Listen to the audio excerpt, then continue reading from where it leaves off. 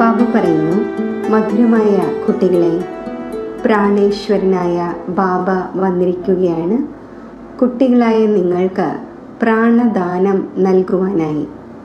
പ്രാണദാനം ലഭിക്കുക എന്നതിൻ്റെ അർത്ഥം തമോ പ്രധാനത്തിൽ നിന്നും സതോ പ്രധാനമാവുക. ചോദ്യം: ഡ്രാമയുടെ ഓരോ രഹസ്യവും അറിയുന്നത് കാരണം ഏതൊരു സീൻ, ദൃശ്യം നിങ്ങളെ സംബന്ധിച്ച് പുതിയതല്ല? ഉത്തരം: ഈ സമയം മുഴുവൻ ലോകത്തിലും കോലാഹലങ്ങളാണ്. വിനാശകാലെ വിപരീത ബുദ്ധിയായി തൻ്റെ തന്നെ കുലത്തിൻ്റെ ഹത്യ ചെയ്യുന്നതിനായി അനേകം സാധനങ്ങൾ ഉണ്ടാക്കിക്കൊണ്ടിരിക്കുന്നു. ഇത് പുതിയ കാര്യമൊന്നുമല്ല. കാരണം നിങ്ങൾക്കറിയാം, ഈ ലോകം മാറുക തന്നെ വേണം. മഹാഭാരത യുദ്ധത്തിനു ശേഷം തന്നെയാണ് നമ്മുടെ പുതിയ ലോകം വരുന്നത്. ഗീതം: ഇത് ആരാണ് ഇന്ന് വന്നിരിക്കുന്നത്? ഓം ശാന്തി. രാവിലെ രാവിലെ ഇതാരാണ് വന്ന് മുരളി ഉച്ചരിക്കുന്നത്? ലോകം തികച്ചും ഘോര അന്ധകാരത്തിലാണ്. നിങ്ങളിപ്പോൾ മുരളി കേട്ടുകൊണ്ടിരിക്കുന്നു. ജ്ഞാനസാഗരവും പതീത പാവനും പ്രാണേശ്വരനുമായ ബാബയിൽ നിന്നും. അതാണ് പ്രാണൻ രക്ഷിക്കുന്ന ഈശ്വരൻ. ഹേ ഈശ്വര, ഈ ദുഃഖത്തിൽ നിന്നും രക്ഷിക്കൂ എന്ന് പറയുന്നില്ലേ? അവർ പരിധിയുള്ള സഹായമാണ് യാചിക്കുന്നത്. ഇപ്പോൾ കുട്ടികളായി നിങ്ങൾക്ക് ലഭിക്കുന്നത് പരിധിയില്ലാത്ത സഹായമാണ്. കാരണം പരിധിയില്ലാത്ത ബാബയാണല്ലോ. നിങ്ങൾക്കറിയാം, ആത്മാവും ഗുപ്തമാണ്. കുട്ടികളുടെ ശരീരം പ്രത്യക്ഷമാണ്.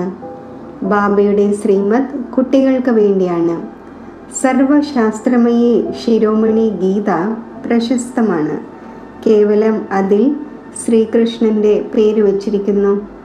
ഇപ്പോൾ നിങ്ങൾക്കറിയാം, ശ്രീമദ് ഭഗവാൻ വാചയാണ്. ഭ്രഷ്ടാചാരിയെ ശ്രേഷ്ഠാചാരിയാക്കുന്നവനും ഒരേ ഒരു ബാബ തന്നെയാണ് എന്നതും മനസ്സിലായി കഴിഞ്ഞു. ആ ഒന്ന് നരനിൽ നിന്നും നാരായണനാക്കുന്നു. കഥയും സത്യനാരായണൻ്റേതാണ്. അമരകഥ എന്ന് പാടപ്പെടുന്നു. അമരപുരിയുടെ അധികാരിയാക്കുന്നതിൻ്റെ അഥവാ നരനിൽ നിന്നും നാരായണനാക്കുന്നതിൻ്റെ കാര്യം ഒന്നു തന്നെയാണ്. ഇതാണ് മൃത്യുലോകം. ഭാരതം തന്നെയാണ് അമരപുരി ആയിരുന്നത്. ഇതാർക്കും തന്നെ അറിയില്ല. ഇവിടെ തന്നെയാണ് അമരനായ ബാബ പാർവതിമാരെ കേൾപ്പിച്ചത്. ഒരു പാർവതിയോ ഒരു ദ്രൗപദിയോ അല്ല ഉണ്ടായിരുന്നത്.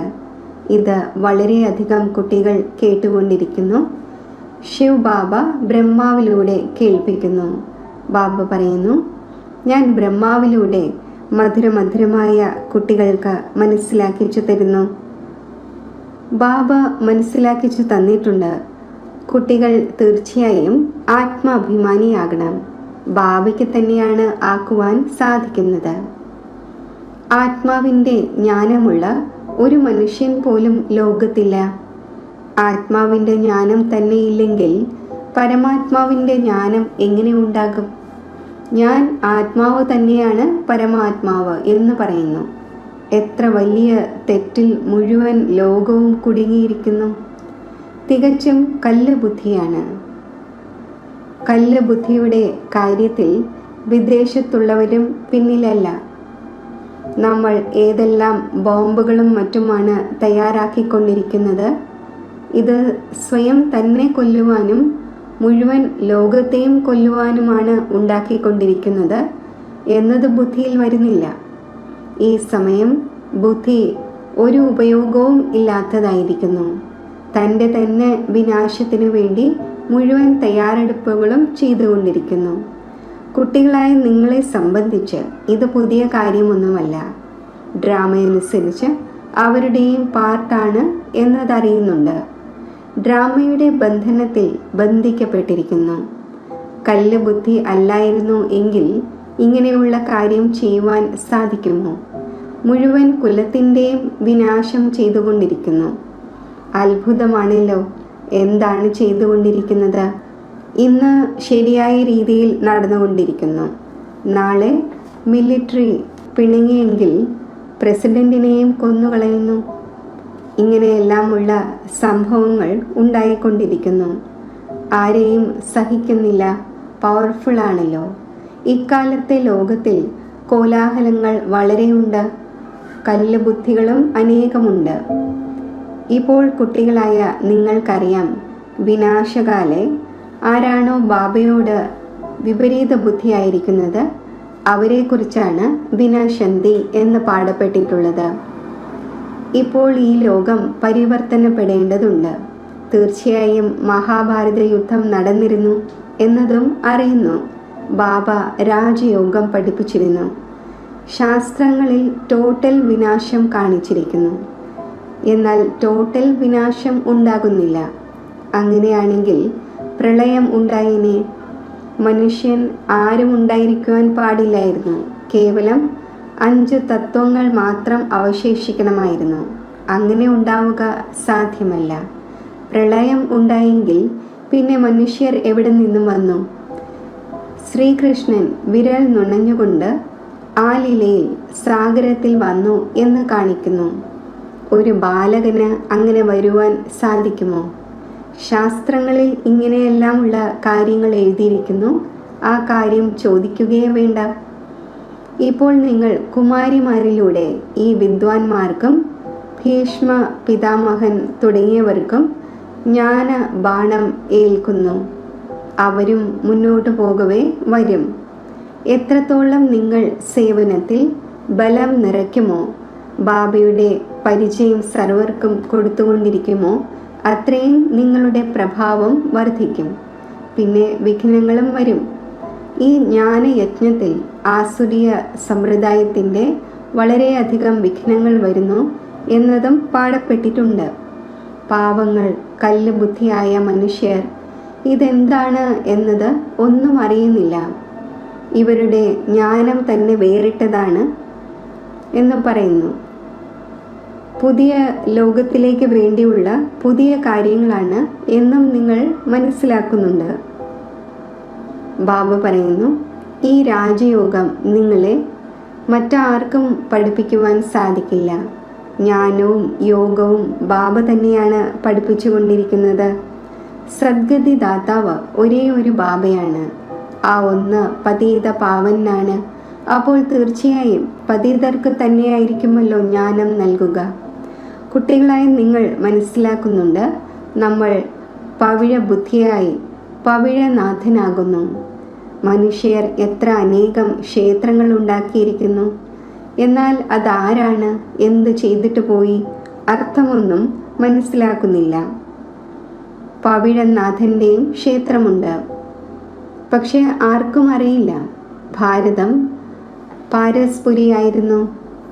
സ്വർണത്തിൻ്റെയും വജ്രവൈഡൂര്യങ്ങളുടെയും കൊട്ടാരമുണ്ടായിരുന്നു. ഇന്നലത്തെ കാര്യമാണ്. അവരാണെങ്കിൽ ഒരു സത്യയുഗത്തെ ലക്ഷക്കണക്കിന് വർഷം എന്ന് പറയുന്നു. ബാബ പറയുന്നു, മുഴുവൻ ഡ്രാമ തന്നെ 5000 വർഷത്തിൻ്റേതാണ്.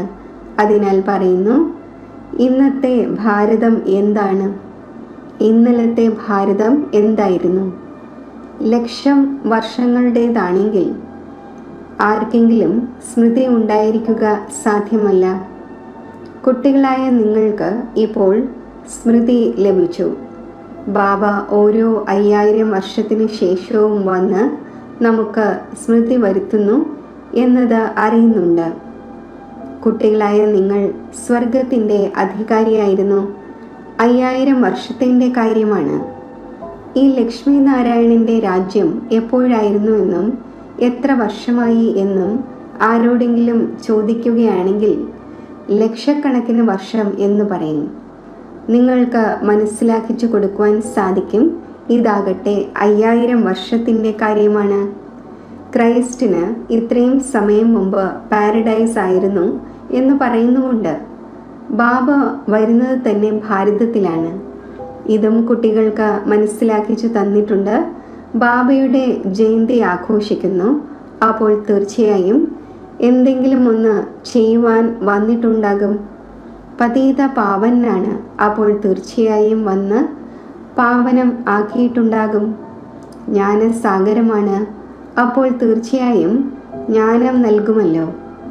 യോഗത്തിലിരിക്കൂ, സ്വയം ആത്മാവാണ് എന്ന് മനസ്സിലാക്കി ബാബയെ ഓർമ്മിക്കൂ. ഇത് ജ്ഞാനമായില്ലേ? അതാണെങ്കിൽ ഹഠയോഗിയാണ്. കാലിന്മേൽ കാല് വെച്ചിരിക്കുന്നു, എന്തെല്ലാം ചെയ്യുന്നു. മാതാക്കളായ നിങ്ങൾക്ക് അങ്ങനെ ചെയ്യുവാൻ സാധിക്കില്ല, ഇരിക്കുവാനും സാധിക്കില്ല. ബാബ പറയുന്നു, മധുരമായ കുട്ടികളെ, നിങ്ങൾക്ക് ഇവയൊന്നും ചെയ്യേണ്ട ആവശ്യമില്ല. സ്കൂളിൽ സ്റ്റുഡൻസ് നിയമാനുസൃതമാണല്ലോ ഇരിക്കുന്നത്. ബാബയാണെങ്കിൽ അതും പറയുന്നില്ല. എങ്ങനെ വേണമോ അതുപോലെ ഇരുന്നുകൊള്ളൂ. ഇരുന്ന് ക്ഷീണിച്ചു പോവുകയാണെങ്കിൽ ശരി, കിടന്നുകൊള്ളൂ. ബാബ ഒരു കാര്യത്തിലും വിലക്കുന്നില്ല. ഇതാണെങ്കിൽ തികച്ചും സഹജമായി മനസ്സിലാക്കേണ്ട കാര്യങ്ങളാണ്. ഇതിൽ പ്രയാസത്തിൻ്റെ ഒരു കാര്യവുമില്ല. എത്ര തന്നെ രോഗിയുമായിക്കൊള്ളട്ടെ. ഒരുപക്ഷെ കേട്ട് ശിവ് ബാബയുടെ ഓർമ്മയിൽ ഇരുന്നിരുന്ന് പ്രാണൻ ശരീരത്തിൽ നിന്നും വിട്ടുപോയേക്കാം.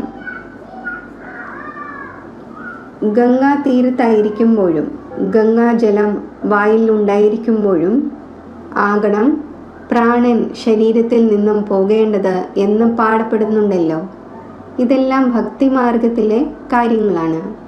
വാസ്തവത്തിൽ ഇത് ജ്ഞാനാമൃതത്തിൻ്റെ കാര്യമാണ്. നിങ്ങൾക്കറിയാം, യഥാർത്ഥത്തിൽ അങ്ങനെ തന്നെയാണ് പ്രാണൻ പോകേണ്ടത്. കുട്ടികളായ നിങ്ങൾ പരംധാമത്തിൽ നിന്നും വരുന്നു, എന്നെ വിട്ടുപോകുന്നു. ബാബ പറയുന്നു, ഞാൻ കുട്ടികളായ നിങ്ങളെ കൂടെ കൊണ്ടുപോകുന്നു. ഞാൻ വന്നിരിക്കുകയാണ് കുട്ടികളായ നിങ്ങളെ വീട്ടിലേക്ക് കൊണ്ടുപോകാൻ. നിങ്ങൾക്ക് സ്വന്തം വീടും അറിയില്ല, ആത്മാവിനെയും അറിയില്ല. മായ പൂർണ്ണമായും ചിറകുകൾ മുറിച്ചു. അതിനാൽ ആത്മാവിന് പറക്കുവാൻ സാധിക്കുന്നില്ല. കാരണം തമോ പ്രധാനമാണ്. സതോ പ്രധാനമാകാത്തത് വരെയും ശാന്തിധാമത്തിലേക്ക് എങ്ങനെ പോകുവാൻ സാധിക്കും? ഡ്രാമ പ്ലാൻ അനുസരിച്ച് എല്ലാവർക്കും തമോ പ്രധാനമാവുക തന്നെ വേണം എന്നും അറിയുന്നുണ്ട്. ഈ സമയം മുഴുവൻ വൃക്ഷവും തീർത്തും തമോ പ്രധാനവും ജീർണിച്ച അവസ്ഥയിലുമായി കഴിഞ്ഞു. കുട്ടികൾക്കറിയാം, എല്ലാ ആത്മാക്കളും തമോ പ്രധാനമാണ്. പുതിയ ലോകത്തിൽ സതോ പ്രധാനമായിരിക്കും. ഇവിടെ ആർക്കും സതോ പ്രധാന അവസ്ഥ ഉണ്ടാവുക സാധ്യമല്ല. ഇവിടെ ആത്മാവ് പവിത്രമാവുകയാണെങ്കിൽ പിന്നെ ഇവിടെ നിലനിൽക്കുവാൻ കഴിയില്ല. ഉടൻ ഓടിപ്പോയേനെ. എല്ലാവരും ഭക്തി ചെയ്യുന്നത് തന്നെ മുക്തിക്ക് വേണ്ടിയാണ്, അഥവാ ശാന്തിധാമത്തിലേക്ക് പോകുന്നതിന് വേണ്ടിയാണ്. പക്ഷേ ആർക്കും തന്നെ തിരിച്ചു പോകുവാൻ സാധിക്കില്ല. നിയമം പറയുന്നില്ല, ഇത് നിയമം അനുവദിക്കുന്നില്ല. ബാബ ഈ എല്ലാ രഹസ്യങ്ങളും മനസ്സിലാക്കിച്ചു തരുന്നു ധാരണ ചെയ്യുന്നതിന് വേണ്ടി. എങ്കിലും മുഖ്യമായ കാര്യമാണ് ബാബയെ ഓർമ്മിക്കണം, സ്വദർശന ചക്രധാരിയാകണം. ബീജത്തെ ഓർമ്മിക്കുന്നതിലൂടെ മുഴുവൻ വൃക്ഷവും ബുദ്ധിയിൽ വരും. വൃക്ഷം ആദ്യം ചെറുതായിരിക്കും, പിന്നെ വലുതാകുന്നു. അനേകം ധർമ്മങ്ങളുണ്ടല്ലോ, നിങ്ങൾ ഒരു സെക്കൻഡിൽ അറിയുന്നു. ലോകത്തിൽ ആർക്കും തന്നെ അറിയില്ല.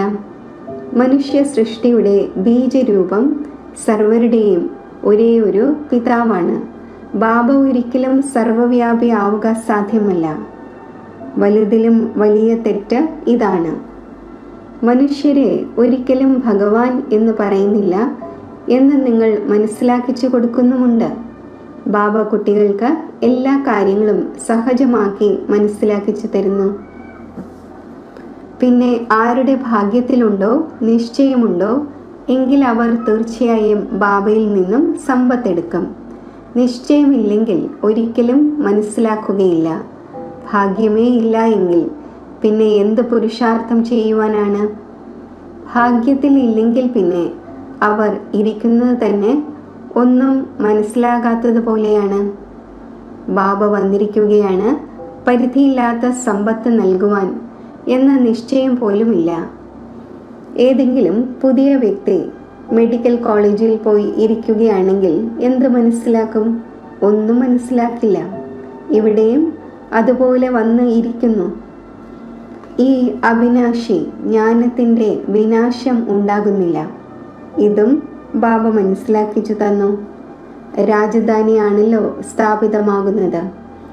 അപ്പോൾ വേലക്കാരും ദാസന്മാരും പ്രജകളും പ്രജയുടെയും വേലക്കാരും ദാസന്മാരും എല്ലാം വേണമല്ലോ. അപ്പോൾ അങ്ങനെയുള്ളവരും വരുന്നു. ചിലർക്കാണെങ്കിൽ വളരെ നല്ല രീതിയിൽ മനസ്സിലാകുന്നു. ഒപ്പീനിയനും എഴുതുന്നുവല്ലോ, അഭിപ്രായങ്ങളും എഴുതുന്നുവല്ലോ.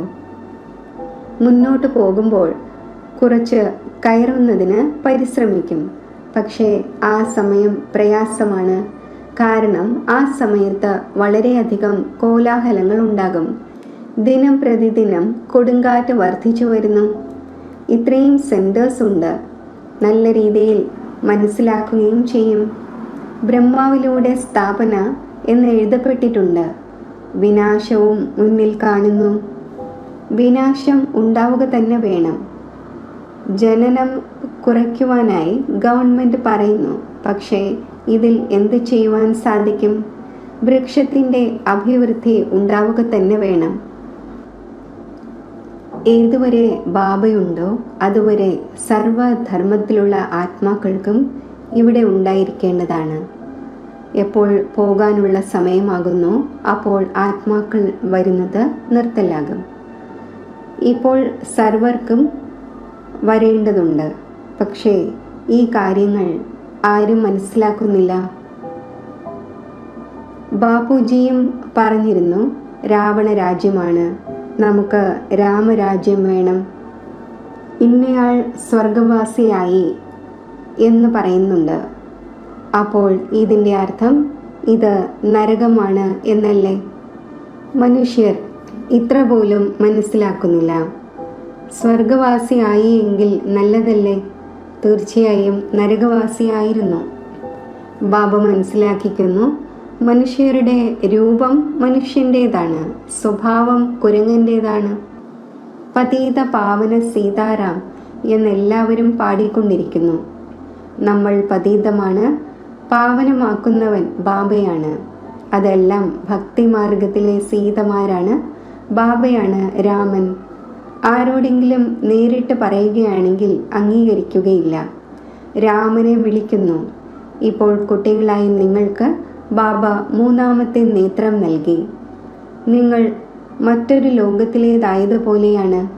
പഴയ ലോകത്തിൽ എന്തെല്ലാമാണ് ചെയ്തുകൊണ്ടിരിക്കുന്നത് ഇപ്പോൾ നിങ്ങൾ മനസ്സിലാക്കുന്നുണ്ട്. കുട്ടികളായ നിങ്ങൾ അവിവേകിയിൽ നിന്നും വിവേകശാലി ആയിരിക്കുന്നു. രാവണൻ നിങ്ങളെ എത്ര അവിവേകിയാക്കി മാറ്റി. ബാബ മനസ്സിലാക്കിച്ചു തരുന്നു, ഈ സമയം എല്ലാ മനുഷ്യരും തമോ പ്രധാനമായി കഴിഞ്ഞു.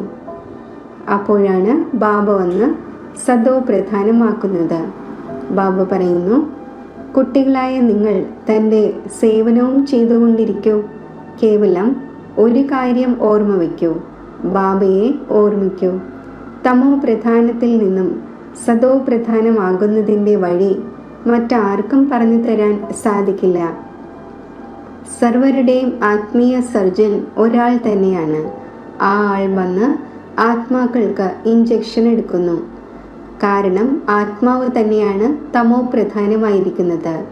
ബാബയെ അവിനാശി സർജൻ എന്ന് പറയുന്നു. ഇപ്പോൾ ആത്മാവ് സദോ പ്രധാനത്തിൽ നിന്നും തമോ പ്രധാനമായിരിക്കുകയാണ്. ഇതിന് ഇഞ്ചക്ഷൻ ആവശ്യമാണ്. ബാബ പറയുന്നു, കുട്ടികളെ സ്വയം ആത്മാവാണ് എന്ന് നിശ്ചയിക്കൂ. തൻ്റെ ബാബയെ ഓർമ്മിക്കൂ. ബുദ്ധിയോഗം മുകളിൽ ചേർക്കൂ. ജീവിച്ചിരിക്കെ കഴുമരത്തിൽ തൂങ്ങിക്കിടക്കൂ. അതായത് ബുദ്ധിയോഗം സ്വീറ്റ് ഹോമിൽ ചേർക്കൂ. നമുക്ക് സ്വീറ്റ് സൈലൻസ് ഹോമിലേക്ക് പോകേണ്ടതുണ്ട്. നിർവാണധാമത്തെയാണ് സ്വീറ്റ് ഹോം എന്ന് പറയുന്നത്. ശരി, മധുരമധുരമായ സിഖിലതെ കുട്ടികൾക്ക് മാതാവും പിതാവുമായ ബാബ്ദാദയുടെ സ്നേഹസ്മരണകൾ. Good morning. ആത്മീയ അച്ഛൻ്റെ ആത്മീയ കുട്ടികൾക്ക് നമസ്തേ. ധാരണയ്ക്കുള്ള മുഖ്യസാരം. ഈ പഴയ ലോകത്തിൻ്റെ വിനാശം നടന്നു കഴിഞ്ഞു. അതിനാൽ ഇതിൽ നിന്നും സ്വയം തന്നെ വേറെയായി മനസ്സിലാക്കണം. വൃക്ഷത്തിൻ്റെ അഭിവൃദ്ധിയോടൊപ്പം ഏതൊരു വിഘ്നങ്ങളാകുന്ന കൊടുങ്കാറ്റാണോ വരുന്നത്, അവയെ ഭയപ്പെടരുത്, മറികടക്കണം. ആത്മാവിനെ സദോ പ്രധാനമാക്കുന്നതിനായി സ്വയം തനിക്ക് ജ്ഞാനയോഗത്തിൻ്റെ ഇഞ്ചക്ഷൻ കൊടുക്കണം. തൻ്റെ ബുദ്ധിയോഗം സ്വീറ്റ് ഹോമിൽ ചേർക്കണം.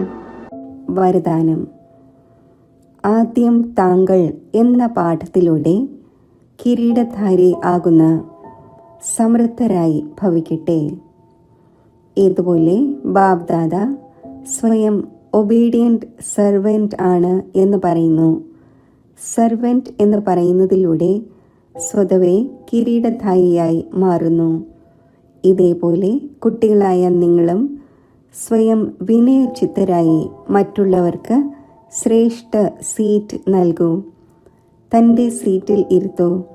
അപ്പോൾ അവർ ഇറങ്ങി താങ്കളെ സ്വതവേ തന്നെ ഇരുത്തും. അഥവാ താങ്കൾ ഇരിക്കുവാൻ ശ്രമിക്കുകയാണെങ്കിൽ അവർ ഇരിക്കുവാൻ അനുവദിക്കില്ല. അതിനാൽ ഇരുത്തുക എന്നത് തന്നെയാണ് ഇരിക്കുക എന്നത്. അപ്പോൾ ആദ്യം താങ്കൾ എന്ന പാഠം ഉറപ്പിക്കൂ. പിന്നെ സംസ്കാരവും സഹജമായി തന്നെ യോജിക്കും. കിരീടധാരിയായി മാറുകയും ചെയ്യും. ഇതുതന്നെയാണ് സമർത്ഥരാകുന്നതിനുള്ള വഴി. ഇതിൽ പ്രയത്നവുമില്ല, പ്രാപ്തിയും കൂടുതലാണ്. സ്ലോഗൻ: അവ്യക്തസ്ഥിതി അനുഭവിക്കുന്നതിനായി അന്തർമുഖിയും ഏകാന്തവാസിയും ആകൂ. അവ്യക്ത സൂചന: ഏകതയുടെയും വിശ്വാസത്തിൻ്റെയും വിശേഷതയിലൂടെ സഫലതാ സമ്പന്നമാകൂ. ഇപ്പോൾ വരെയും പ്രത്യേകം പുഷ്പങ്ങൾ അവരവരുടെ നിറം കാണിച്ചുകൊണ്ടിരിക്കുകയാണ്. എന്നാൽ എപ്പോഴാണോ പൂച്ചെണ്ടിൻ്റെ രൂപത്തിൽ തൻ്റെ സുഗന്ധം വ്യാപിപ്പിക്കുന്നത്, ശക്തിദൾ പ്രത്യക്ഷമാകുന്നത്, അപ്പോൾ ഈ സംഘടനയുടെ ശക്തി പരമാത്മാവിൻ്റെ പ്രത്യക്ഷതയ്ക്ക് നിമിത്തമാകും. ഇപ്പോൾ ഓരോരുത്തരും പ്രത്യേകം ആയത് കാരണം പ്രയത്നം കൂടുതൽ ചെയ്യേണ്ടി വരുന്നു. എന്നാൽ എപ്പോഴാണോ സംഘടനയിൽ ഏകമതം ഉണ്ടാകുന്നത്, അപ്പോൾ പ്രയത്നം കുറയുകയും സഫലത കൂടുതൽ ഉണ്ടാവുകയും ചെയ്യും.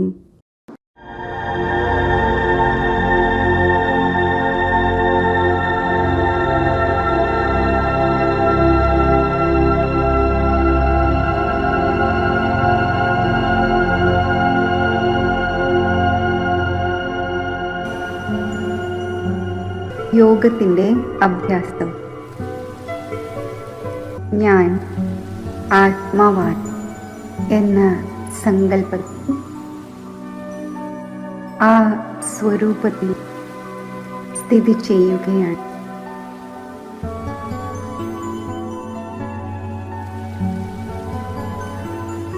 ഈ ഉയർന്ന സ്ഥിതി എന്നെ ഉപരാമമാക്കുന്നു.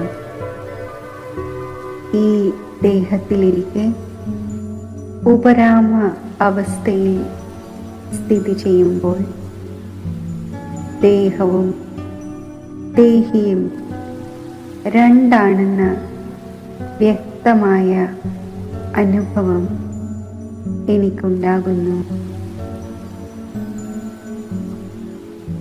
ഈ വേറിട്ടതും പ്രിയപ്പെട്ടതുമായ സ്ഥിതിയുടെ അനുഭവം എന്നെ ദേഹത്തിൽ നിന്നും ദേഹത്തിൻ്റെ ബന്ധങ്ങളിൽ നിന്നും ഉപരാമമാക്കുന്നു. സുഖവും ശാന്തിയുമാകുന്ന സ്വധർമ്മത്തിൽ എന്നെ സഹജമായി സ്ഥിതി ചെയ്യിക്കുന്നു.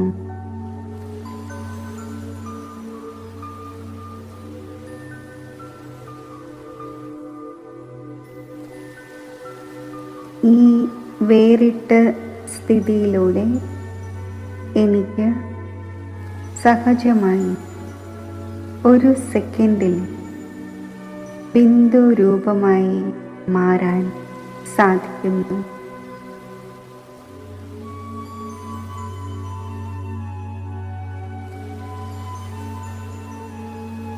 ബിന്ദു രൂപമായ ഞാൻ ശാന്തിധാമമാകുന്ന എൻ്റെ സ്വഗ്രഹത്തിൽ സഹജമായി സ്ഥിതി ചെയ്യുന്നു. ഈ ബിന്ദു രൂപസ്ഥിതി എന്നിൽ സഹജമായി ബിന്ദു രൂപനായ ബാബയുടെ സ്മൃതി വരുത്തുകയാണ്. അതിവേറിട്ടതും പ്രിയപ്പെട്ടതുമായ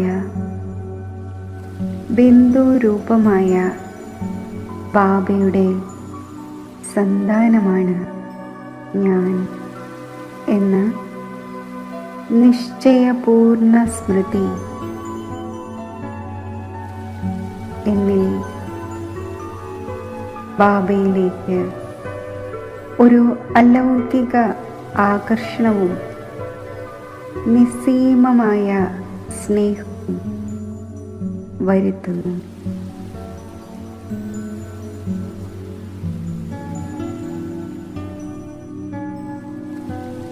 ഈ ശാന്തിധാമത്തിൽ ശാന്തിയുടെ സാഗരനുമായ ബാബയുടെ സമീപത്ത്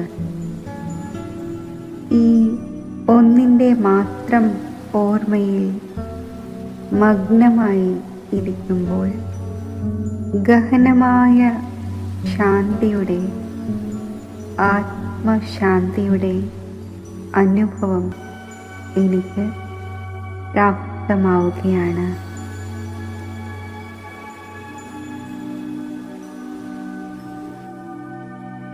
ബിന്ദു രൂപനായ ബാബയുടെ ഓർമ്മ എന്നിൽ ഉൾക്കൊള്ളപ്പെട്ടിരിക്കുന്നു.